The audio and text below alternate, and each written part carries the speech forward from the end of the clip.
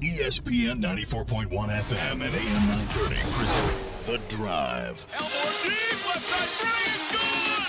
From 30 feet, John Elmore! The Drive with Paul Swann. Welcome into the Monday, April 29th edition. The Drive begins now on ESPN 94.1 FM and AM 930. I'm your host, Paul Swann, today at the Union Pub and Grill. And every Monday when we come down to the Union Pub and Grill, they have the Paul Swann and Dave Walsh special, and that's $2 Paul shots and $1.50 domestic bottles. All day, all night, every Monday here at the Union Pub and Grill. It should be the Paul Swann and Dave Walsh special, It's not the Monday special. It's our special. By the way, the young Thundering Herd quarterback himself, Dave Walsh, is with me. How you doing, sir? I am doing fine. If you notice, the soccer shirt is gone and a green shirt is on from the weekend. It was a great weekend. Let me look at this thing. Here's your flag football alumni game shirt. Is your name on the back? No, not on the back. Okay. So let me ask you this. I got there, and it was like maybe 1:30. Like, where's the flag football game? They had 8 players on each team. I think it went to about 1:30, and they were done. William King, when the game was over, he was getting a little medical attention, and to which I joked. I said, William, I hope your insurance is paid up, because I'm not sure they'll cart you off today on their dime, so to speak. And he kind of laughed. But there's 8 of them out there. I chose to sit it out for obvious reasons. They didn't have a hover chair for me out there to wheel around, wheel and deal, but it was fun to watch. And then they went to the scrimmage, to which I dubbed the Vanilla Bowl, because it was, as you saw, pretty vanilla. They kept it simple. A little bit later on, we're going to hear from Doc Holliday. He addresses that. So we've got his reaction from later on. We'll talk about that, but let's get our thoughts on this first. And you dubbed it the Vanilla Bowl. What were you looking for, and what did you see and not see? Well, it's become situational. 3rd and long, 3rd and short, goal lines, punts, kickoffs, things of that nature. But I think about the 3rd or 4th play in, I looked up, and there goes a 65-yard, I think, touchdown pass, to which I thought, oh, Coach Cramsey's opened the playbook up a little bit here today on it. And after the game was over, I went over and to talk with him, and he had some interesting points to make. But there are things they're looking for in that situation. A lot of guys don't dress. Some didn't play much. And I think Coach Holliday at times has said, well, you kind of know who your frontliners are. You kind of find out who's going to be the 2s and the 3s maybe to step up, because that seems to be a great theme. And Coach the Mayor Williams talking about next man up at his speech on Saturday at the ceremony and then at the game. You never know who might go down, and you might be the next man up. So they got the message across. And we remember Brendan Knox, that game against Charlotte, where everybody's looking him up. Who is he? And as Brad Lambert said, we didn't have any idea who he was before the game, but we do now. And that's just a thing. Hey, you're next in line. You better be ready. Do you think that it would have been better for Marshall just to come up with a way to have a token game instead of a controlled practice? I know I saw a lot of people online. Again, this is all anecdotal, but I saw people online complaining about the setup. Either the music was too loud, didn't like the music, didn't like the fact it wasn't a game. And I think I've been telling you for weeks, Dave, it was not a game. You told them many, many, many times they're not. It's a scrimmage setting with down and distance, situational things, and there's a lot of stuff is already scripted out that they're going to do. And I think it lasted, about an hour and 15, hour and 20 minutes. And you know something's up, because if you look on the stands on the stadium or the press box side, you've got Mr. Stapleton running with the signs, what period they're in. And I think there's 12 or 13 periods, and each of them goes 5 minutes. It's easy to do the math how long it's going to last. So they accomplished what they wanted to. The people in the stands can understand that it's not going to get jazzed up that much like some other places do. But, Doc, he has a method to the madness. He accomplished what he wanted to, and now they wait till early August to come back and get ready for VMI. What did you see out there that you liked? What surprised you, maybe what impressed you? Alex Thompson throwing the ball a little deep. Isaiah threw it he threw a little bit, but I was telling you earlier, talking to Coach Cramsey after the game, I asked him about that long play and some things. He says, well, basically this is year 2 for everybody. Isaiah did make a great first impression, I thought, but everything was new to him as a freshman. Now he seems to have a better grasp. And I think the offense is going to be a little more explosive this year, and I'm very interested to see how the defense turns out. It's so weird to see Brad Lambert on the sideline pretty much putting his imprint on it. But they played pretty good in Charlotte. They played pretty good when he was here the first time. So between Coach Cramsey scoring, Brad not letting them score, I think Doc's going to be in pretty good shape. Now, on the flip side, what'd you see out there that you were like, yeah, I'm not so sold on this? It was hard to say because when they were working on kickoffs, did you see when they used the machine? And I said, wait a minute, what's the world coming to? We're going to have 10 guys out there in a machine to kick off, but it was a setting. I like the way I think their speed is so much better than what it used to be. They can get from point A to point B quicker. And then you need to do that now. It's nice to be big, but it's better to be fast.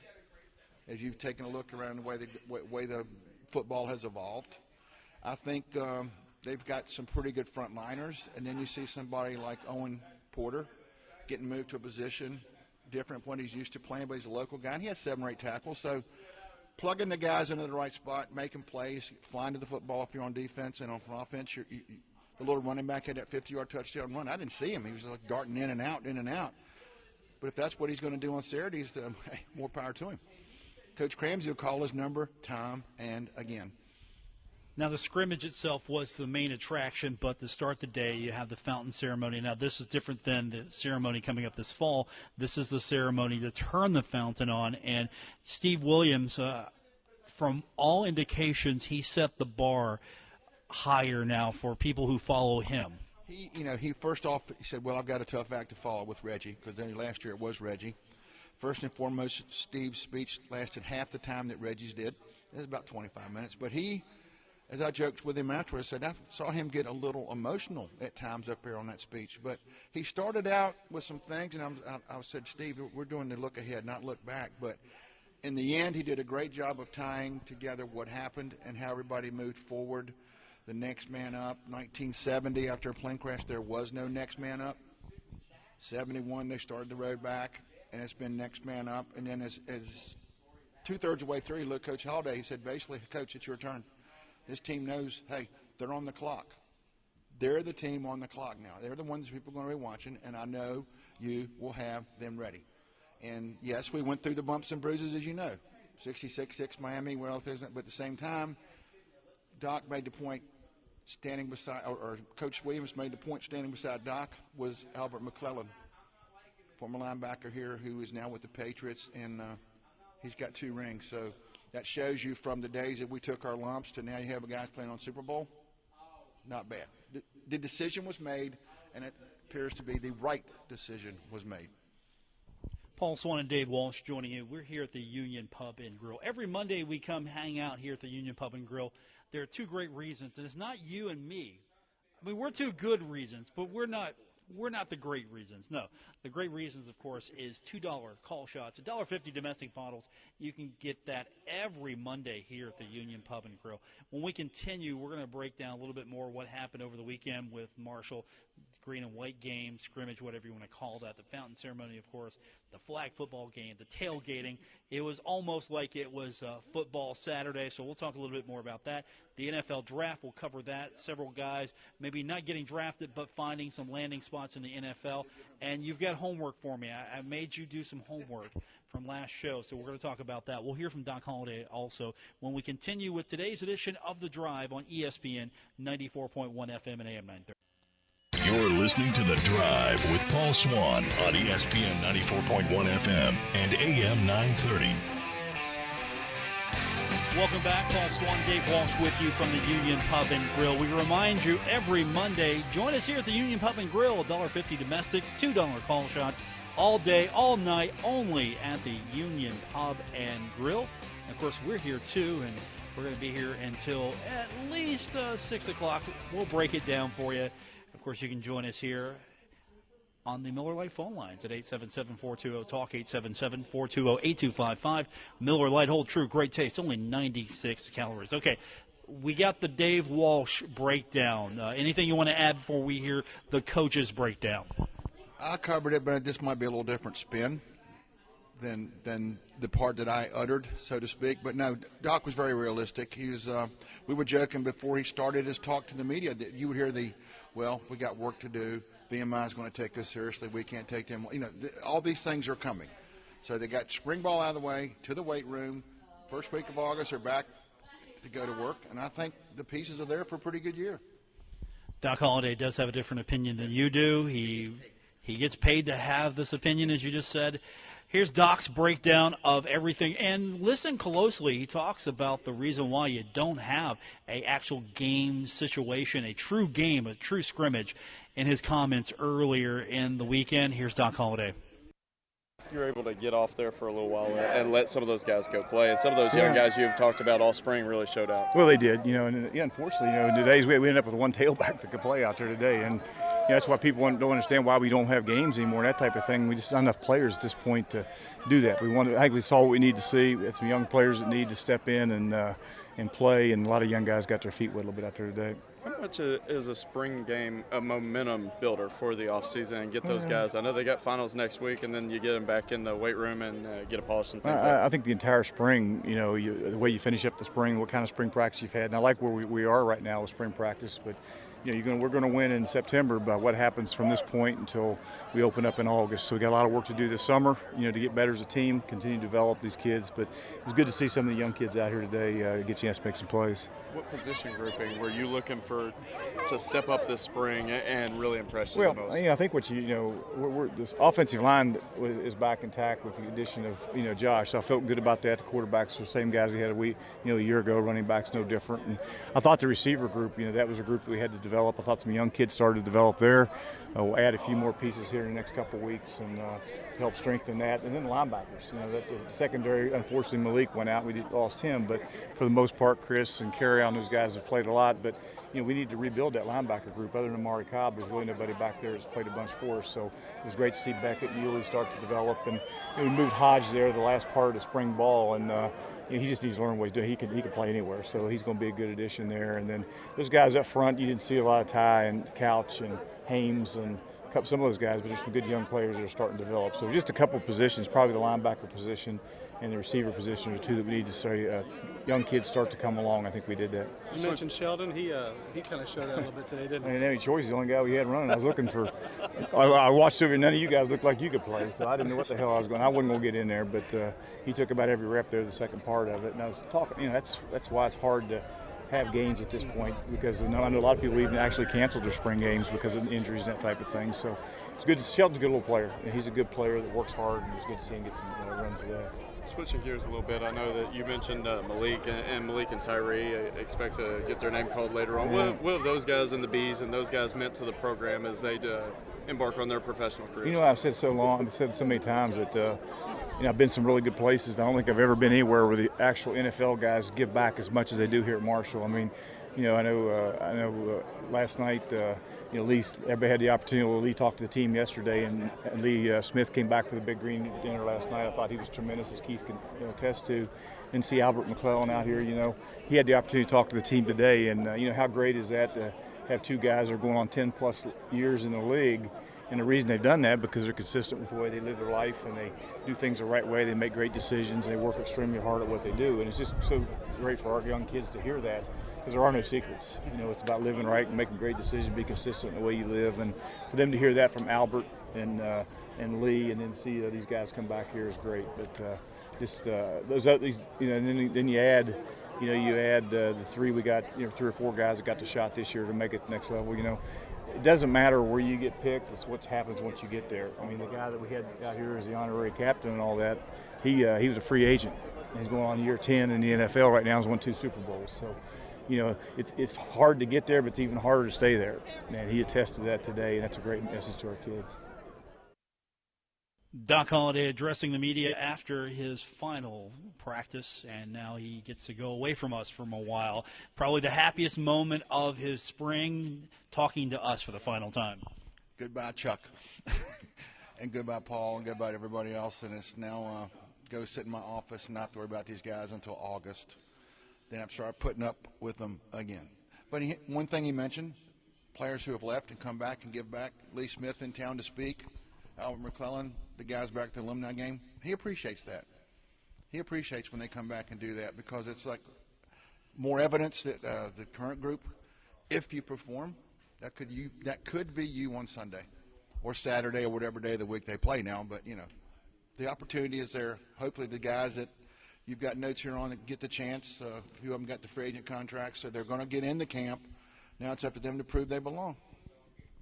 Speaking of the notes, you observe. I've got your homework notes. We'll look at those here a little bit, but you observe the notes. I've got some notes. Draft day isn't a draft day anymore. It's a draft weekend. So Thursday, Friday, and then Saturday. Saturday, of course, I can't follow as closely because I decided to go to the scrimmage. And you were hoping that somebody from Marshall would get named. There was talk that there were a couple of guys who were projected. Projections don't go always the way that you think they are. So a lot of guys found opportunity after the draft was over. Sometimes that's better, sometimes that's not. But Marshall has, at least on record right now, 7 guys who have got opportunities to play at the next level. Anthony Anderson has the Minnesota Vikings right now. Ryan B is going to be a Washington Redskin if it all goes well. Tyree Brady, Jacksonville Jaguars. Malik Gant is going to be a Patriot if it all goes well. That's a great get for him. Chase Hancock, a Minnesota Viking. Danye Moody, Indianapolis Colts, who had a great draft from all indications. And Juwan Young, Seattle Seahawks. So what stands out to you as far as the draft itself? And a couple of guys there could have went, and one of the first 7 rounds just didn't, though. We talked about that at times. We understand this is the NFL that's doing the work. The big thing is get chosen. It's amazing how 7 rounds go by, nothing happens as far as you're concerned. Tyree Brady's not called, Malik Gant not called, and as soon as that's over, boom, here they go. Here comes a free agent deals right and left, right and left. Tyree's going to Jacksonville. I think they'll have a pretty good chance down there. Malik Gant going to New England. I mean, talking to Albert McClellan, I said, who's going to beat you guys next year? As long as Tom Brady's a quarterback, who is going to beat you? And he said, Tom and Bill are quite a show. I mean, he said, he's there, he experiences it every day. So those are guys get a chance. And the other guys that you mentioned their name, whenever the OTAs begin, they're there. They're not wishing they were there. They are there. Now they have to do the work to prove that I can do better than just being a free agent. Make you make a bigger investment in me, give you a reason to do that. So that's their next objective, to give them a reason to go, okay, you're a free agent, but now we're going to have you playing on Sunday. You can do it.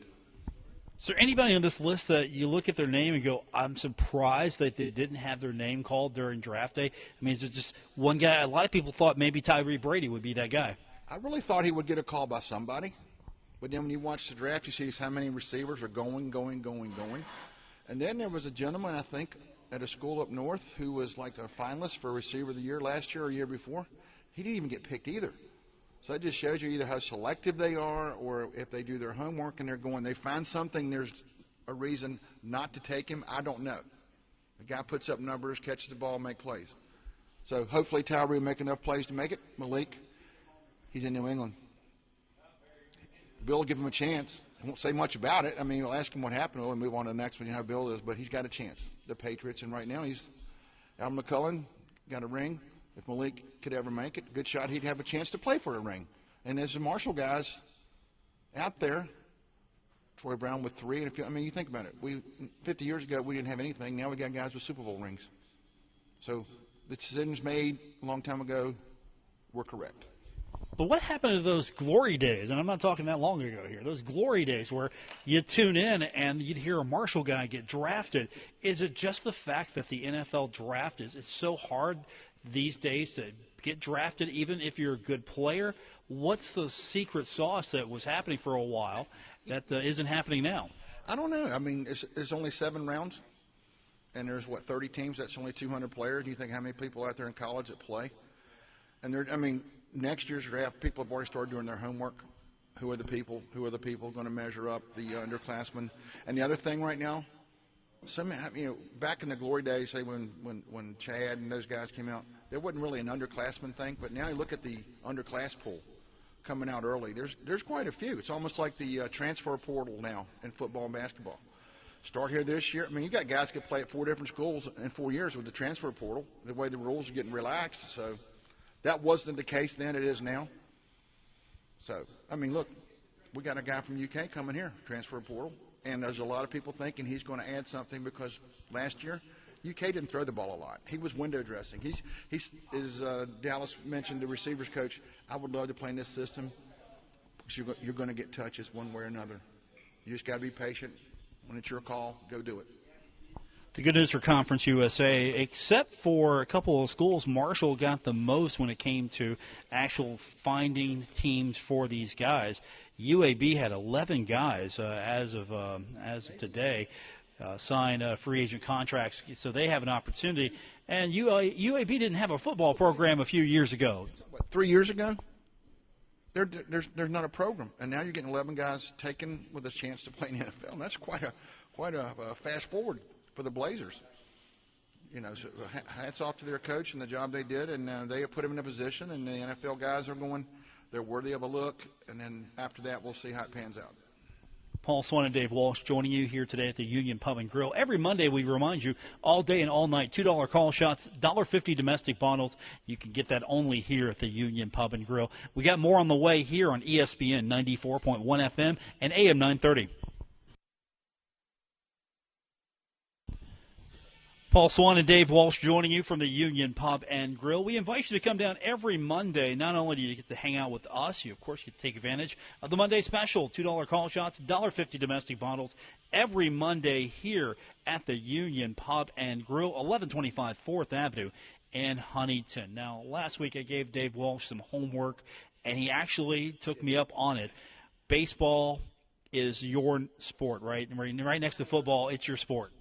Baseball, yes, but we made great mention when the coach from softball came here. All her teams were home run hitters. So you asked me to look up what Marshall's total stands at right now. I did some research. Had to do some quick math because they knocked out 9 this weekend down in their road trip. So the record was 52 in a single season. They have 60 right now with 5 games to go. 60 balls have left the yard. Not bad.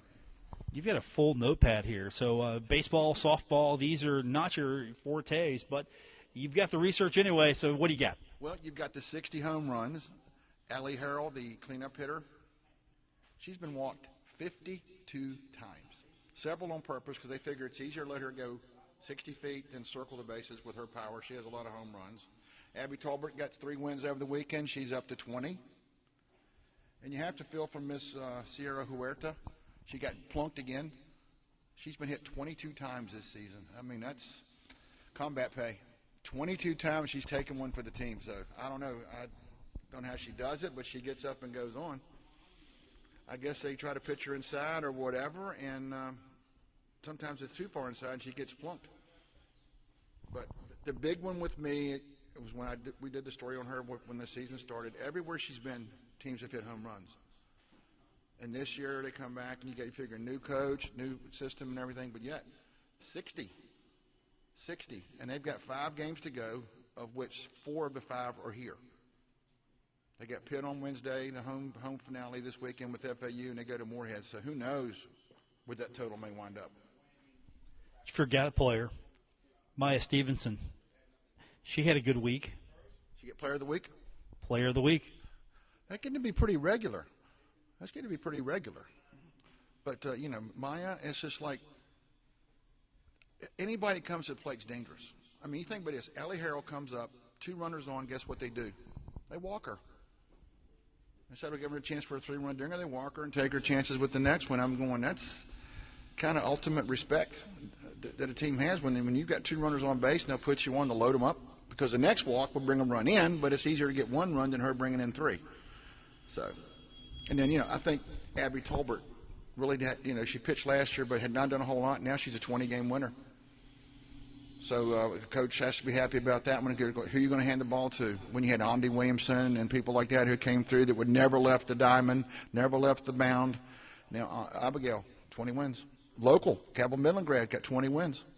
Just to go back to Maya for a second, she had a great weekend. 4 more home runs, drove in 10, scored 5 times. Her batting percentage was .500. She slugged 1.5. Yeah, your eyes just told me the whole story there. And had an on-base percentage of .600. She now owns the program freshman single-season record for home runs with 13. I'm going to tell you right now, Megan Smith has come in here and has proven that Marshall softball is not going anywhere anytime soon. The amazing thing is, as you mentioned, when you go down through the lineup, leadoff hitter to number 9, there is nobody you can, well, if we can get pitch around this one and get to this one, no. Number 9 can make you pay just as much as if you pitch to number 4. So she's got pretty solid from top to bottom. They're making plays. They're not, booting the ball around a few times. Abby's not walking people, giving them free passes.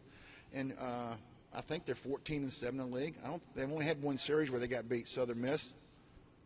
They might see them again in a couple weeks at tournament time. And it's sort of like with Coach D'Antoni, the way Marshall men's were playing at the end of the year. Do you really want to play them in a one-and-done tournament?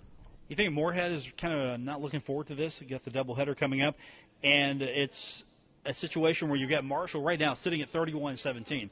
They have a great season so far. Moorhead State is 2-37 this season. 2-37. This might be a game where you sit in the outfield to catch the balls as they come over the fence. I think is it a doubleheader? Doubleheader. It might be a lot of balls. It might be next time we talk, it may be at 70. Who knows? Because if you've only won twice, that's not a good setup. Then you get Pitt from the ACC on Wednesday, and then they finish up with FAU for the weekend with the seniors bowing out. So Megan, like you said, has done a heck of a job with this ball club for her first year. Whatever transition had to be made way back in February, it's been handled excellently. I mean, there's just looks like she's been here all along. And Pitt is 9-40 coming in, so they've had some struggles as well. Yeah, your face again, your facial expressions. I can't translate those for radio, but they've been something else to behold here. It's like they say with other series when you play football and somebody's record's not. Well, when you schedule them, it wasn't that way. You have no control. So Pitt's going to that. Moorhead's a little tough, and then on the flip side, you got baseball. You got to go up north to play Morgantown, which for a while back was struggling a little bit, and all of a sudden they win a few games. They take 2 out of 3. I mean, they're taking 2 out of 3 at Texas, which was pretty nice for them. They're nationally ranked. So they got them. They have Moorhead, UTSA. But, softball's going to wrap it up. Baseball's still got 3 series to go before the tournament. School's going to be out in 2 weeks, and they'll be here by themselves again.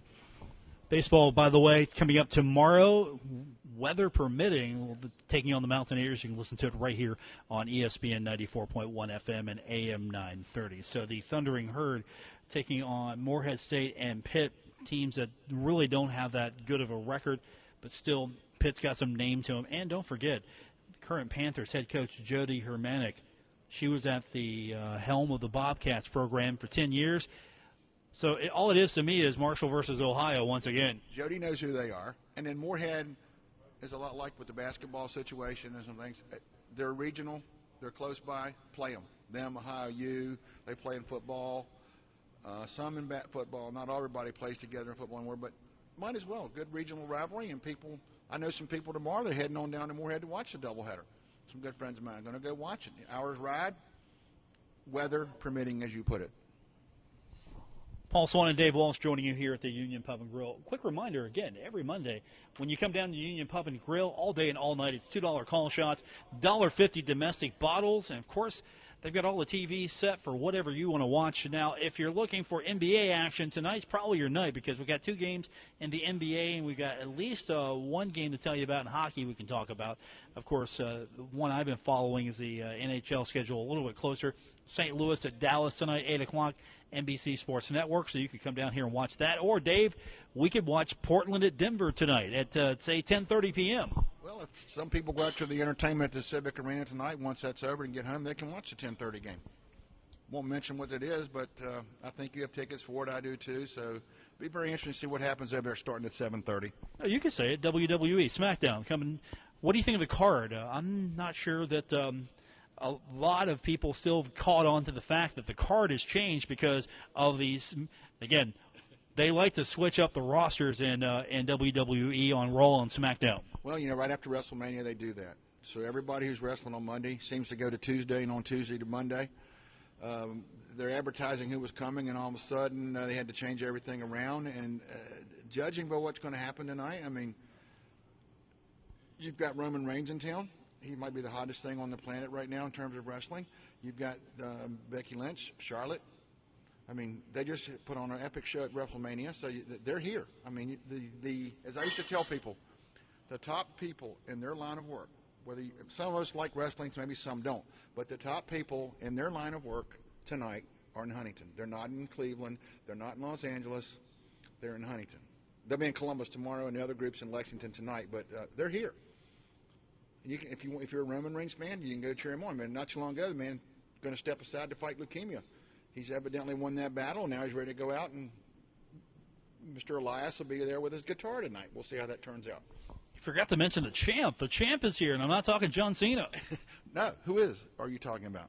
The champ, Kofi. Oh, yeah, the champ's here. I think I read a story today about him in the paper. I used to be fortunate enough to do stories all the time, and Kofi, for a while, it looked like he'll get things pulled, reworked the magic, some things happened, and now he's going to be the champion. And I think him and Kevin Owens have a little feud going right now, so that should be interesting tonight when that one goes down. And then Roman and Elias. I'm very interested to see what Charlotte, Becky Lynch, and Bayley do, because Bayley's has come over, so now how does she fit in that little combination, so to speak? The last time I watched wrestling was last year's WrestleMania, not this year's, last year's WrestleMania. I, on occasion, on Monday night or Tuesday night, will catch a snippet. Then when it's over, I'll read a little bit on the internet about what happened. But it's hard. It's hard because the people that you were used to seeing are gone, and the next wave. And you wonder, somebody like Roman Reigns, he has to carry it now.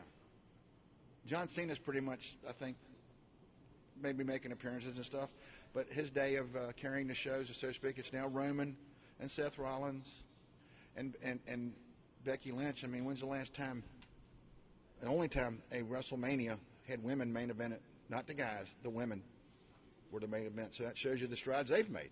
And tonight, 2 of the 3 that were in that show are going to be over here at the big Orange Barn, but I have to rename it because the Orange Barn is turning blue. Yeah, it's not the Orange Barn anymore. Paul Swann and Dave Walsh with you today here at the Union Pub and Grill. We invite you to come out with us every Monday, 1125 4th Avenue in Huntington. We got more on the way here on ESPN 94.1 FM and AM 930.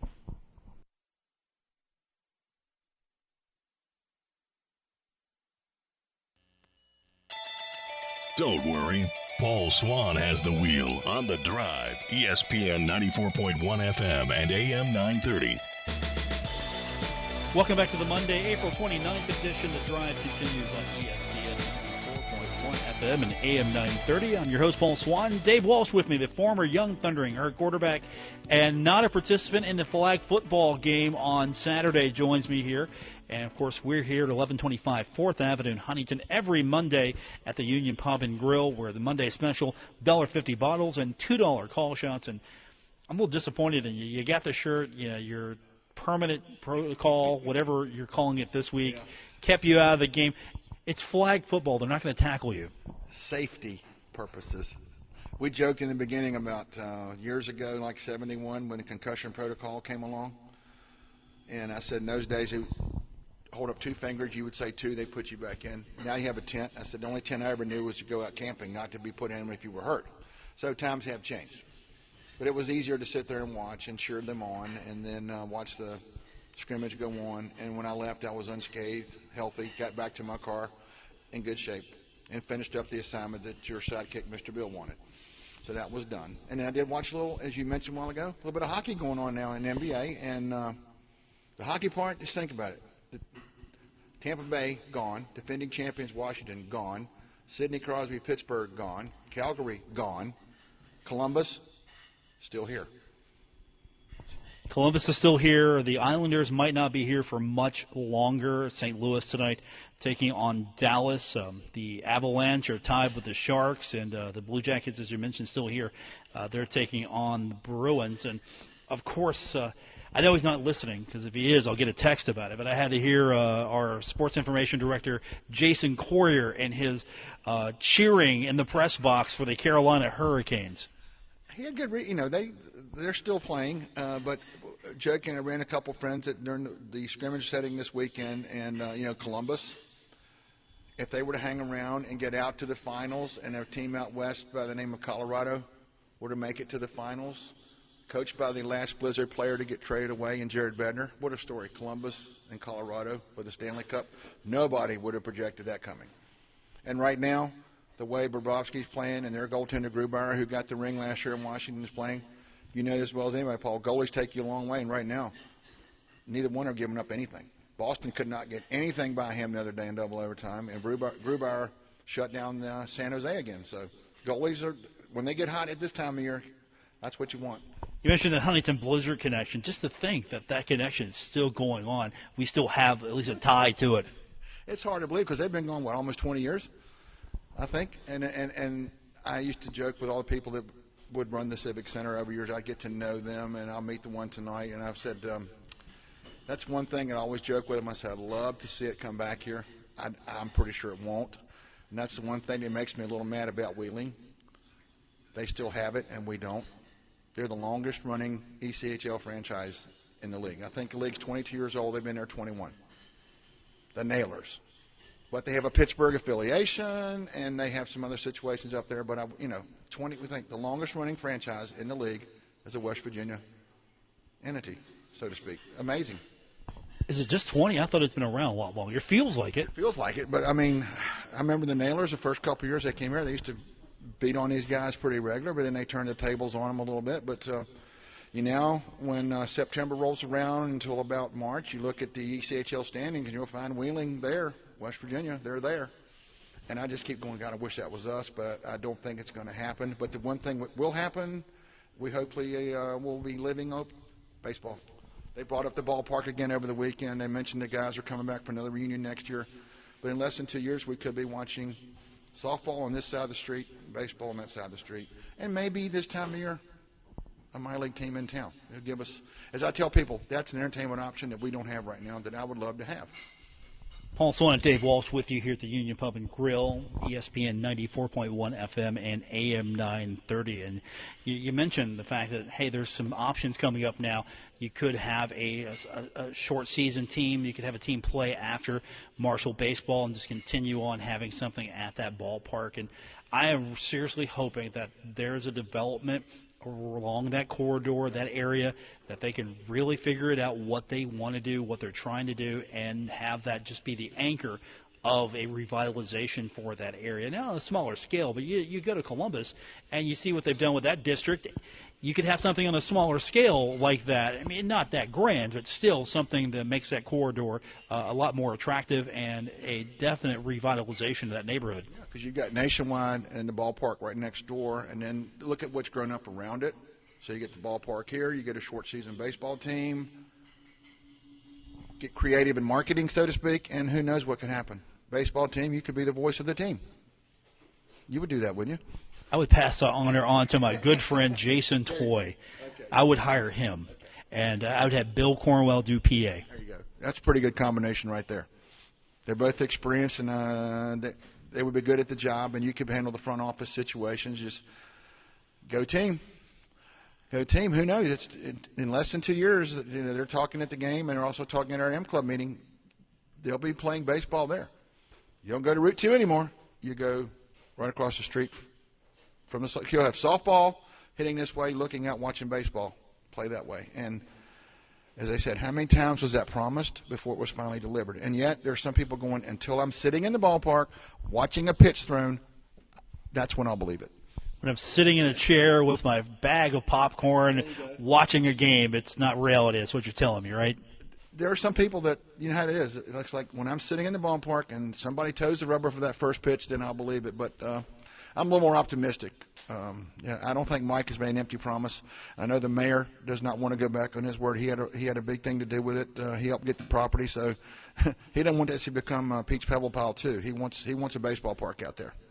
It's just a necessity. It has to happen. And look at the Thundering Herd's performance. They have, I thought, really benefited from just being at Route 2. And I can't wait to see what a new ballpark does for the team as far as game day operations. Just their psychological improvement, I think playing at Route 2 is going to be multiplied even tenfold when they get a little bit closer to home. And the one I'm looking forward to is their last series of the season. Rice comes to Huntington. I want to see their reaction when they're out there on Route 2, because most of the time when Rice did come, they played in Charleston. So it's going to be interesting what happens. And you get the ballpark. What about a state baseball tournament here? Charleston's got a lock on it, but Mike is bound to determine to make Hamrick, this ballpark, the best place in the state. So, state baseball, who knows? Other things, and also he's talking NCAA regional site too. He had one at East Carolina. He was there. So there's all kinds of options available if they do it right, and that's the way they're going to do it. Yeah, that's all part of the plan. You would hope to revitalize that area. You could, of course, have retail options. You could have hotels because, again, Huntington looking to add more retail options for people, more hotel options, try to bring different events in. You can tie it in around the baseball tournament, around the baseball game if you get a minor league. So there are so many options you can do just to be able to say, hey, this is an attractive option. I mean, the wrestling tournament, how good is that wrestling tournament at the arena right now with Pullman Square? I mean, they're here for 3 or 4. They roll into town on Thursday, and some of them don't leave till Sunday. So that's Thursday, Friday, Saturday, leaving breakfast on Sunday. That's overnight lodging. The food, the Highway 57 restaurant across the street gets flooded with customers. The market, which Taylor took over, has a hand in, so to speak, they're flooded with customers. Tonight will be flooded with customers. So a place like that, doing good business gives you a reason to invest. And if the baseball park takes off, people want to go invest because on a game day, there might be 3,000 or 4,000 people in there. They got to have something to do before and after the game. So let's run with it. And this year in Charleston, they have the All-Star game. SAL All-Star game will be there. So if Marshall's in if they get a team, Appy League, so to speak, 1 year, the All-Star game's here. And that's when, like, you watch this guy today, and tomorrow you're watching him on television, you're going, I saw him in Huntington. Just like years ago, John Candelaria, I saw him, was opening day pitcher for the Pirates when they were in Charleston. He smoked whoever they were playing, and the game was over. I remarked to a friend of mine, I said, he'll be gone. He won't be gone again out here on the mound. You better get a look. The next day he was called up to Pittsburgh, never to return. But what a night. I mean, you're watching John Candelaria pop the mitt. It's like a gun going off. That could happen here. How do you feel about the Power not being a Pirates affiliated anymore? I really don't think I've talked to you about that. That's quite a while it was going on. I'm not sure where the Pirates went to. I know there's still a tie-in with Morgantown, but I don't know what the other one did. And it's, I think, Seattle now. Last time we looked, Seattle and Huntington or Seattle and Charleston are not that close. But it's just formation. It's formation. It's the first level, and as you move on up, you'll move closer to the AAA affiliate, so to speak, and then in the big show. But I guess Seattle said, hey, they have a nice facility. They get nice support. It's worth dropping a franchise in there. You're a Mariners fan, aren't you? Red Sox fan. My dad's from Boston, that's why. Red Sox and the Bruins right now, though I don't quite pay that much attention to the Bruins, so to speak. But the Red Sox, yes, I did get to go to a few games with my grandfather there at Fenway Park. And I'm sure you've been there before, too, and at the same time, what an experience, the Fenway Park, the Green Monster. How can you not support the Bruins right now? That's your team. I do support them, but like the other day, I was getting a little excited. When I one flurry on the rebound, I thought they were going to score, and I kind of jumped around in my chair. But as you know, with the high goaltender, Bobrovsky said, hey, not on my watch. He kicked them all out. They went down and got a penalty, and they made them pay. Power play goal, and it's 1-1, and they're going back to Columbus. That place is going to be rocking for the next. You talked about a village that's excited. Is the excitement? What's it going to be like for the next 2 games in Columbus? They've never been this far. New territory. Now they're liking it. I'm not a Columbus fan, but I think Columbus is good for the NHL. So I cannot like them and still respect the fact that I think they're good for the NHL. It's a great hockey city. They have really embraced it. And I tell you what, I'm hoping that Boston can beat them. But if not, that's fine. I'm just hoping the Islanders can get a win because I've kind of latched on to them right now. But Carolina, just like this team, like they should be gone. They're still hanging around, and next thing you know, you might look up in 2 weeks and they're out there playing for the Cup. You're going, how'd that happen? How come the Islanders didn't take them out?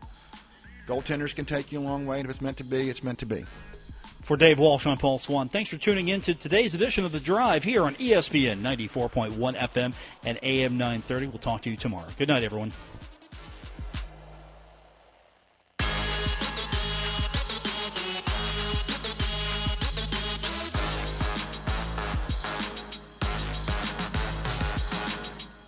WRVC Huntington, W227BS Huntington. The Drive with Paul Swann. Weekdays at 5 on ESPN 94.1 FM and AM 930.